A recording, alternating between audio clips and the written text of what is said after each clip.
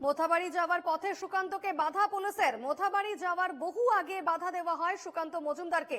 ইংরেজ বাজার থেকে হেঁটে মোথাবাড়ির পথে সুকান্তরা একের পর এক ব্যারিকেড করে আটকে দেওয়া হয় রাজ্য বিজেপি সভাপতিকে।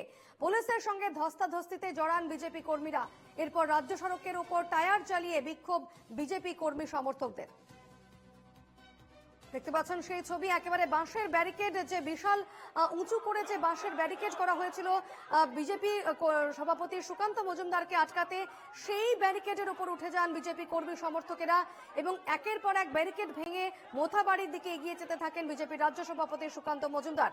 এরপর রাজ্য সড়কের উপর টায়ার জ্বালিয়ে বিক্ষোভ করেন বিজেপির কর্মী সমর্থকেরা।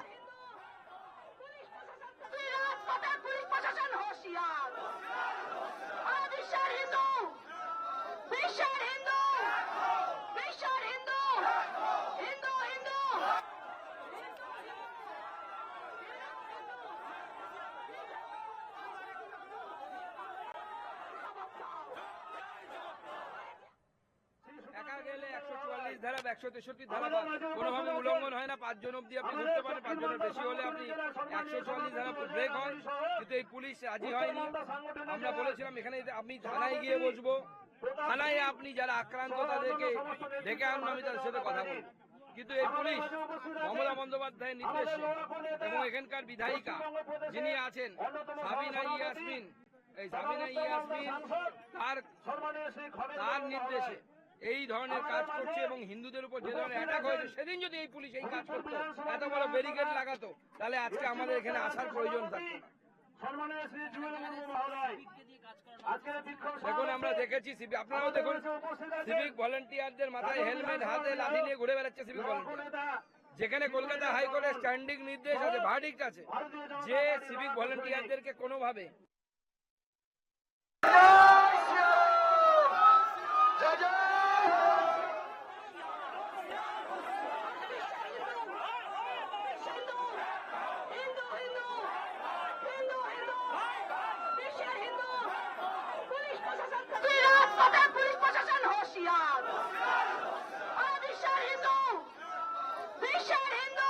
এভাবেই মোথাবাড়ি যাওয়ার পথে সুকান্তকে বাধা দেয় পুলিশ এবং মোথাবাড়ি যাওয়ার বহু আগে বাধা দেওয়া হয় বিজেপির রাজ্য সভাপতি সুকান্ত মজুমদারকে।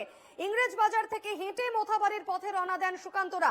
একের পর এক ব্যারিকেড করে আটকে দেওয়া হয় বিজেপির রাজ্য সভাপতিকে। বিস্তারিত জানবো, এই মুহূর্তের পরিস্থিতি কি জানবো। আমাদের সঙ্গে টেলিফোনে রয়েছেন প্রতিনিধি সুমিত ঘোষ। সুমিত, এই মুহূর্তে কি পরিস্থিতি সেখানে? দেখো, এই মুহূর্তে একেবারে রাজ্য সড়কের ওপরেই বসে রয়েছেন রাজ্য বিজেপির সভাপতি সুকান্ত মজুমদার এবং সুকান্ত মজুমদারের স্পষ্ট দাবি যে যতক্ষণ না পর্যন্ত মোথাবাড়ি তিনি যাচ্ছেন ততক্ষণ পর্যন্ত এখানে বসে থাকবেন।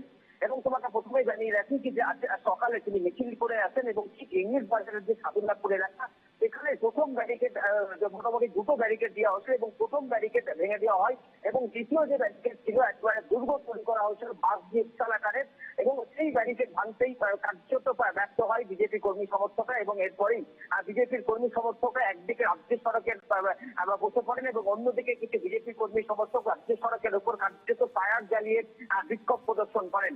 এবং সুকান্ত মজুমদার এখনো প্রায় 2 ঘন্টার উপরে হতে চললো রাজ্য সড়কের উপরে যে সাদুল্লাপুর এলাকা, সেখানে বসে রয়েছে সুকান্ত মজুমদার এবং তার সাথে জেলার একাধিক বিজেপি বিধায়করা রয়েছেন এবং জেলা বিজেপি নেতৃত্বরাও কিন্তু এই মুহূর্তে এই রাজ্য সড়কের উপর বসে রয়েছেন।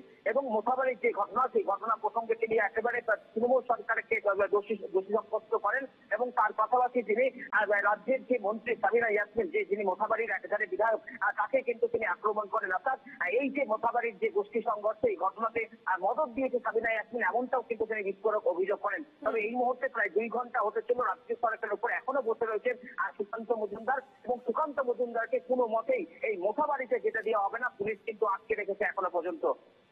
একেবারে স্বাভাবিকভাবে এই ছবির দিকে আমাদের নজর থাকবে। আপাতত ধন্যবাদ সুমিত।